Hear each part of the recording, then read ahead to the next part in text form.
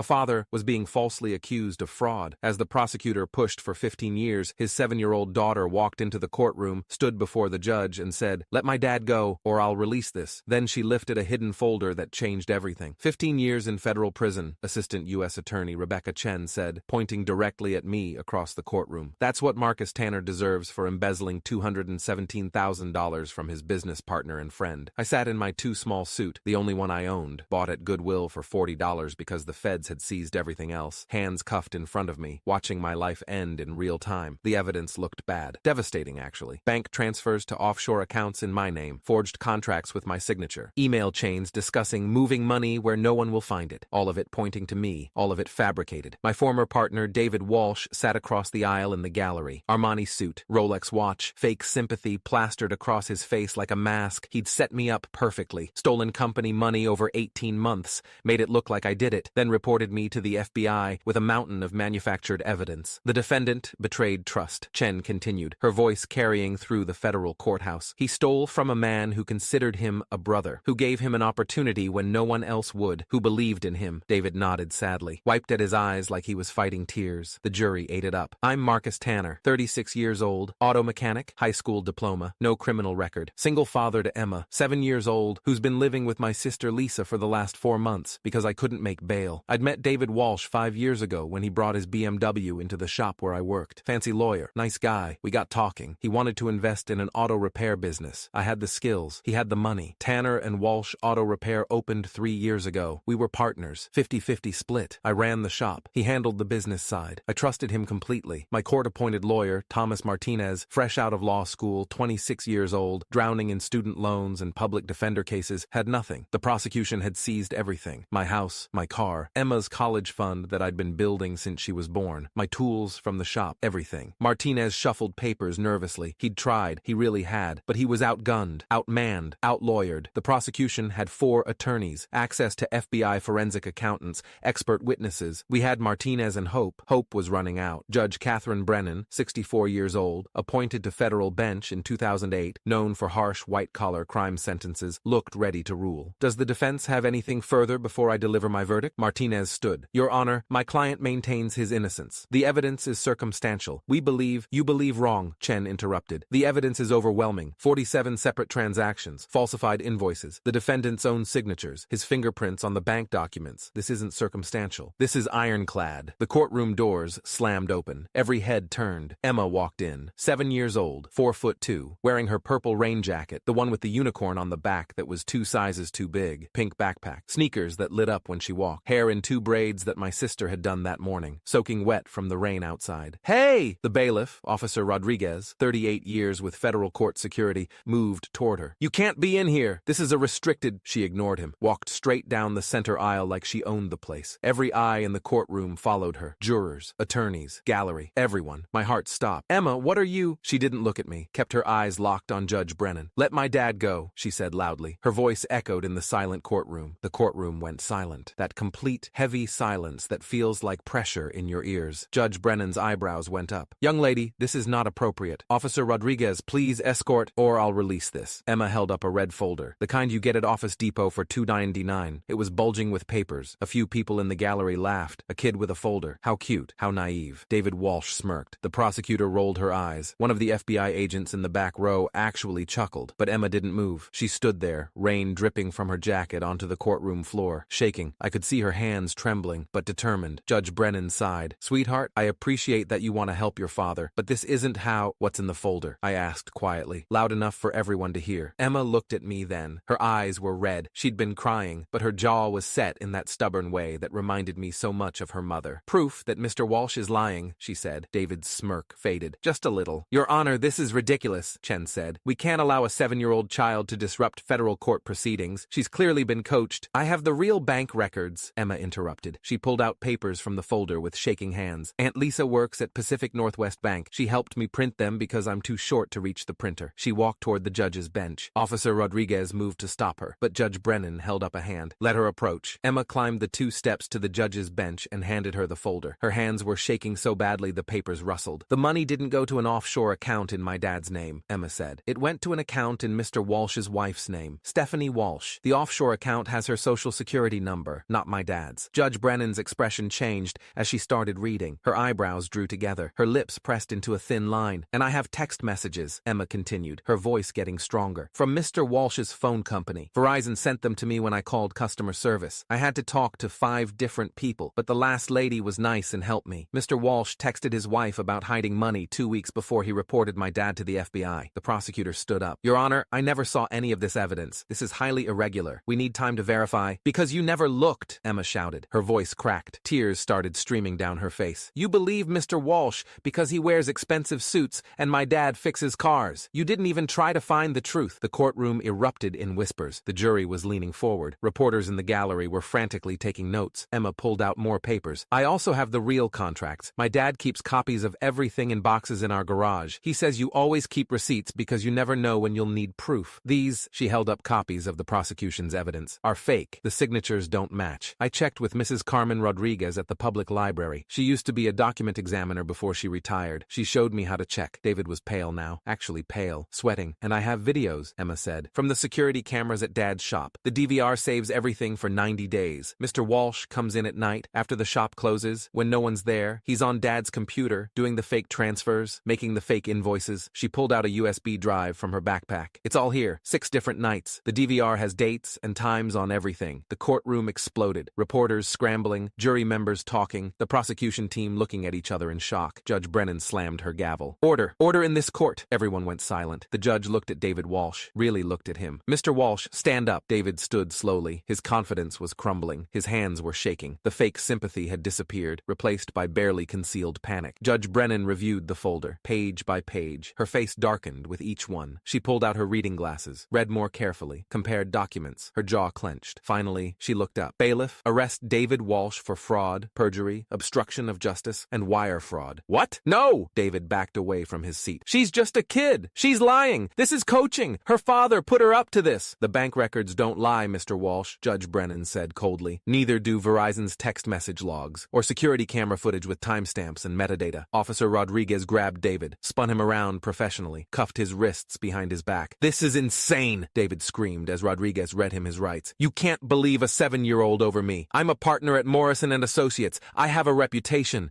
You have the right to remain silent," Rodriguez said calmly. "I suggest you use it." Judge Brennan turned to the prosecution table. "Ms. Chen, care to explain how your office missed all of this?" Chen's face was red. "Your Honor, we relied on the evidence provided by the complainant. We had no reason to believe." "You had every reason," the judge interrupted. "Due diligence, independent verification. These are basic prosecutorial responsibilities. You took the word of one man without conducting your own investigation. That's negligence at best, misconduct at worst." She turned to me. "Mr. Tanner, you're free to go. All charges are dismissed with prejudice. The court apologizes for this travesty." My lawyer unlocked my cuffs. My wrists were raw. I'd been wearing those cuffs for 6 hours through the trial. I couldn't move, couldn't process, couldn't breathe. Emma ran to me. I caught her, pulled her tight against my chest. She was crying. So was I.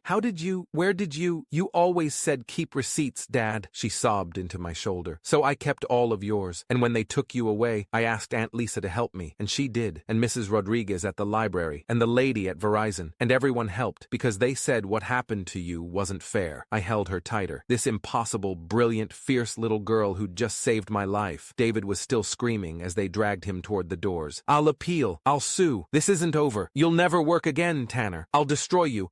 Judge Brennan's voice cut through the chaos like a knife. "Mr. Walsh, you framed an innocent man and almost sent him to prison for 15 years. You committed federal fraud. You perjured yourself in this courtroom. You wasted this court's time and taxpayer resources. Now you'll serve that 15-year sentence yourself, and I guarantee it will be every single day. No early release, no parole, full term." The courtroom erupted again. Camera flashes, reporters shouting questions, the jury looking shell-shocked. I looked down at Emma, my brilliant, impossible daughter who'd saved me when the entire system had failed. "You saved me," I whispered. She wiped her eyes, smiled through her tears. "You'd do the same for me." Prosecutor Chen approached. She looked sick, ashamed. "Mr. Tanner, I apologize. This should never have happened. I should have verified independently. I should have—" "Save it," Emma interrupted, glaring at her with a ferocity I'd never seen from my 7-year-old. "You didn't care about the truth. You just wanted to win." Chen looked like she'd been slapped. Emma turned to the cameras still recording, because of course every news outlet in Seattle was here for what they'd thought would be a simple conviction story, and held up her red folder. "My dad always says the truth doesn't need a fancy suit," she said clearly. "It just needs someone brave enough to show it. I need to back up, need to explain explain how we got here, because this didn't start in a courtroom. It started 3 years ago, with a handshake and what I thought was opportunity. David Walsh walked into my shop, Tom's Auto Repair on Pacific Avenue, on a Tuesday afternoon in March 2021, driving a BMW 540i with a check engine light. Diagnostics showed a bad oxygen sensor. Simple fix. We got talking while I worked. He was a corporate lawyer, made good money, hated his job, always wanted to do something more entrepreneurial. "You're good at this," he said, watching me work. "How long have you been a mechanic?" 18 years. Since I was 18. Ever think about owning your own place? Every day. But it takes capital, equipment, real estate, more than I've got saved. He smiled. What if you didn't have to do it alone? That's how it started. That simple, that naive. We met for coffee 3 times over the next month. He laid out the plan. He'd put up $200,000 for equipment and a down payment on a property. I'd contribute my tools and my skills. We'd be 50-50 partners. Tanner and Walsh Auto Repair. "Why me?" I asked. "Because you're honest," he said. "I've met plenty of dishonest mechanics. You're not one of them. That matters." I should have asked more questions, should have gotten a lawyer to review the partnership agreement, should have done due diligence, but I was desperate to escape working for Tom, who paid minimum wage and took all the profit from my skills, and David seemed legitimate. Corporate lawyer, nice suit, firm handshake. I trusted him. We opened Tanner and Walsh Auto Repair in August 2021. Beautiful shop, 8 bays, hydraulic lifts, all the diagnostic equipment I'd dreamed of, my name on the sign. For the first year, everything was perfect. Business was good. We were profitable. David handled the books and the business side. I handled the repairs and the customer service. I should have paid more attention to the books. Around month 15, I noticed some irregularities. Invoices that didn't match what I'd written. Payments from customers that never showed up in our accounts. Parts orders I didn't remember making. I asked David about it. "Accounting errors," he said. "Don't worry about it. I'm handling it." I told myself he was right. He was the business guy. I was the mechanic. Division of labor. Red flag number 1, ignored. Month 18, our accountant quit. Just left. No explanation. Didn't return calls. "She got a better offer," David said. "I'm looking for a replacement." He hired his own accountant, his wife's cousin, who reported only to him. Red flag number 2. Month 20. I noticed money was tight. Really tight. We'd had our best revenue month ever, but I had to wait a week to get paid. "Cash flow issue," David explained. "Some clients pay slow. It'll smooth out." It didn't smooth out. It got worse. Month 22, David suggested I take a smaller share temporarily, just until we get through this rough patch. "You'll get it back with interest." I agreed, because Emma needed school supplies and Lisa was helping with childcare, and I couldn't afford to lose my share of the business. Red flag number 3. Then came the FBI, February 14th, 2024, Valentine's Day. I'll never forget it, because I was supposed to take Emma to dinner and a movie, our annual tradition since her mother died. Instead, 6 FBI agents showed up at my house at 6:47 a.m. with a search warrant. "Marcus Tanner, you're under arrest for wire fraud, bank fraud, and embezzlement." "What? I didn't—" They didn't care. Cuffed me in front of Emma, tore apart my house looking for evidence, seized my laptop, my phone, my files. Emma stood in the doorway crying. "Daddy, what's happening?" "It's okay, baby. It's a mistake. Aunt Lisa is coming to get you." But it wasn't a mistake. It was a setup. David had spent 18 months creating a perfect paper trail that made me look guilty. He'd opened offshore accounts in my name, used my signature, forged, but I didn't know that yet, made transfers that looked like I was stealing, created fake contracts that showed me authorizing the theft, and then he'd reported it all to the FBI, playing the role of the heartbroken partner who'd discovered his best friend was a thief. They arrested me, charged me. My bail was set at $100,000, money I didn't have because David had stolen everything. I sat in King County Jail for 4 months before trial. My court-appointed lawyer was overworked and underprepared. The prosecution had resources I couldn't match. I was going to lose. Emma came to visit me twice a week. Lisa brought her. We'd sit in the visiting room and talk through thick glass on phones that made everything echo. "When are you coming home, Daddy?" "Soon, baby, soon." But I didn't believe it. Neither did she. "Aunt Lisa says you didn't do it." "I didn't." "Then why do they think you did?" "Because sometimes the truth is hard to prove." She looked at me with those serious brown eyes. 7 years old and trying to understand why her father was in jail. "I'll find the truth," she said. "Emma, you always say keep receipts. So I'll find your receipts, and I'll show them." I didn't take her seriously. She was 7. What could a 7-year-old do against the federal government? I underestimated her. Emma went to work. With help, because a 7-year-old can't navigate the legal system alone, but with her own determination driving everything. First, she went to Lisa, my sister, 39 years old, senior bank manager at Pacific Northwest Bank. Emma told her everything she'd heard me say about the case, about the money, about the offshore accounts. Lisa pulled records, not illegally. She had access to check account ownership and routing information for fraud prevention. What she found was explosive. The offshore accounts weren't in my name. Not really. They used my social security number, which David had access to from our partnership paperwork. But the beneficial owner listed was Stephanie Walsh, David's wife. Lisa printed everything, gave it to Emma in a red folder. "This proves your dad didn't do it," Lisa Lisa said. But we need more. Next, Emma went to the public library, found Mrs. Carmen Rodriguez, 72 years old, retired FBI document examiner who volunteered teaching seniors how to use computers. Can you tell if a signature is fake? Emma asked. Mrs. Rodriguez smiled. I can. What do you have? Emma showed her the contracts, the ones with my signature authorizing the transfers. Mrs. Rodriguez examined them with a magnifying glass and years of expertise. These are forgeries, she said. Look here, the pressure is inconsistent. The signature is too perfect. When people sign quickly, there are natural variations. These were traced or copied from a template. She wrote a formal analysis. 3 pages, detailed examination, official looking. Emma put it in the folder. Then she called Verizon. This part I still can't believe worked. She called customer service, got transferred 4 times, finally reached a representative named Ashley, who thought Emma's determination was the cutest thing ever. My dad didn't steal money, but they say he did, and I need proof that Mr. Walsh is lying. Ashley wasn't supposed to release records to a 7-year-old, but Emma was so earnest, so convinced of my innocence, that Ashley felt sorry for her. What kind of proof do you need, sweetheart? Text messages between Mr. Walsh and his wife about hiding money. Ashley put her on hold, came back 10 minutes later. Honey, I'm going to send these to your aunt's email, but don't tell anyone I did this, okay? The text messages were damning. David to Stephanie, January 28, 2024. Tanner's getting suspicious. Time to pull the trigger. Stephanie to David, January 29, 2024. Are you sure? What if they don't believe? David to Stephanie, January 29, 2024. They'll believe me. I have the paper trail. Everything points to him. David to Stephanie, February 1st, 2024. Called FBI today. Tipped them off about the embezzlement. They're eating it up. Emma printed them. Put them in the folder. Finally, the security footage. Our shop had cameras. 4 of them. DVR that saved 90 days of footage. Lisa went to the shop, which was in receivership pending the trial, and claimed she needed to retrieve some of my personal items. While there, she checked the DVR, found exactly what Emma thought would be there. David Walsh, entering the shop at 11:47 p.m. on December 12, 2023, using his key, going to my office, sitting at my computer for 43 minutes. The computer that had my password saved, my signature scan on file. He did it 6 times over 3 months. Each time the DVR caught him. Timestamp, date, clear footage. Lisa copied it all to USB drives, multiple copies. Emma put one in her folder. By the time the trial started, Emma had everything, but I didn't know. She'd done it all in secret because she was afraid I'd tell her to stop, that I'd say it was too dangerous or too complicated for a kid. She was right. I would have. Instead, she built a case that the FBI and the U.S. Attorney's Office had completely missed, and when the trial reached its conclusion, when it looked like I was going to lose everything, she walked into that courtroom and delivered it. The aftermath was swift and brutal for David. The judge ordered an immediate bail hearing for David, set it at $500,000. He couldn't make it. All his assets were immediately frozen pending investigation. He sat in the same King County jail where I'd spent 4 months. Difference was he was facing real charges with real evidence. The FBI opened a new investigation. This time, they actually looked, found the offshore accounts, found the forged documents, found emails between David and Stephanie discussing the scheme in detail. Turns out, David had gambling debts, serious ones. He'd stolen the money to pay off loan sharks. Then, when he couldn't pay it back to the business, he'd decided to frame me instead of facing the consequences. The trial was 4 months later. David tried to claim I'd manipulated Emma, that Lisa had fabricated evidence, that Mrs. Rodriguez was mistaken. The jury didn't buy it. Convicted on all counts. Wire fraud, bank fraud, perjury, obstruction of justice. Judge Brennan sentenced him to 17 years in federal prison. No parole. You destroyed an innocent man's life, she said at sentencing. You traumatized his child. You wasted court resources. You committed perjury in my courtroom. You showed no remorse. 17 years. And I hope you think about Marcus Tanner and his daughter every single day you're there. Stephanie Walsh was charged as an accomplice. She took a plea deal, 5 years. Testified against David in exchange for the reduced sentence. The shop was returned to me, free and clear. David's half of the partnership was dissolved. I owned it outright. The $217,000 he'd stolen was recovered from the offshore accounts, returned to the business, plus damages, plus legal fees. I got everything back, my house, my car, Emma's college fund, my tools, my reputation. But more than that, I got my daughter back. The media went crazy. 7-year-old saves father from false conviction. Girl genius exposes FBI mistakes. Child's courage reveals truth. Emma was on Good Morning America, the Today Show. Local news couldn't get enough of her. She hated it. Just wanted to go back to 2nd grade and play with her friends. But she did one interview for 60 minutes because the producer promised to donate to her school's library program. Why did you do it? The interviewer asked. Because my dad always keeps his promises, Emma said, and he promised he didn't steal. So I believed him, and I found proof. Were you scared? Really scared. But being scared doesn't mean you stop. It just means you have to be brave. What would you say to other kids whose parents are in trouble? She thought about it. I'd say don't give up and find people who will help. Aunt Lisa helped me. Mrs. Rodriguez helped me. The nice lady at Verizon helped me. You can't do big things alone, but if you ask? People will help. 3 months after my acquittal, I reopened Tanner Auto Repair. New name, just mine. Emma helped me paint the sign. Her idea was to add, "Where we keep receipts," as a tagline. I told her that was perfect. She still keeps every receipt I give her, files them in folders in her room, just in case. You never know when you'll need proof, Daddy. She's right. You never do. 6 months after the trial, prosecutor Rebecca Chen resigned. The Washington State Bar opened an investigation into her conduct. She'd violated discovery rules, failed to independently verify evidence, relied solely on a complainant's claims without due diligence. She took a job as a public defender, making a quarter of what she'd made as a prosecutor, trying to make amends by defending the accused instead of rushing to convict them. I don't know if she'll ever truly make up for what she almost did to me, but at least she's trying. My lawyer, Thomas Martinez, got a job offer from a major firm after the publicity. He turned it down, stayed with the public defender's office. Someone has to protect the Marcus Tanners of the world, he said. Might as well be me. He's a better lawyer now, more careful, more thorough, more willing to believe his clients. And me? I'm a mechanic, still fixing cars, still keeping receipts, still raising Emma the best I can. She's 9 now, 4th grade, still brilliant, still fierce, still the girl who saved my life. Last week, she came home with a permission slip for a field trip to the federal courthouse. "We're learning about the justice system," she said. I signed it, watched her fold it carefully, and put it in her backpack. "You know," I said, "you've already seen more of the justice system than most kids ever will." She smiled. "I know, but maybe I'll see it different this time. Maybe I'll see what it's supposed to be instead of what it almost was." Smart kid, wise beyond her years. Last night she was doing homework at the kitchen table. Social studies project about heroes. "Who are you writing about?" I asked. "You." "Emma, I'm not a hero." "Yes, you are. You didn't give up even when everyone said you were guilty. You kept saying the truth. That's being a hero. You're the one who proved it. You taught me how. You taught me to keep receipts, to ask questions, to find proof. I just did what you always said to do." She finished her essay, read it to me. "My dad says the truth doesn't need a fancy suit. It just needs someone brave enough to show it. That's what heroes do. They show the truth even when it's hard, even when people don't want to see it, even when they're scared. My dad is my hero because he never stopped telling the truth. And I'm going to be like him. I'm going to show the truth too, no matter what." I told her it was perfect, because it was. She asked me to keep the essay when she brought it back from school. "For the file," she said. "You never know when you'll need proof." I keep it in my desk drawer, next to the red folder that saved my life. The one Emma carried into federal court when she was 7 years old. The one that proved David Walsh wrong when he said nobody would believe a mechanic over a lawyer. The one that proved the system wrong when it rushed to judgment without checking the facts. The one that proved my daughter right when she said she'd find the truth, because she did. And the truth, it turns out, doesn't need expensive lawyers or FBI resources or prosecutorial power. It just needs a 7-year-old girl with a red folder and the courage to stand up in front of a federal judge and say, "Let my dad go, or I'll show everyone who's really lying." She showed them, and they finally listened.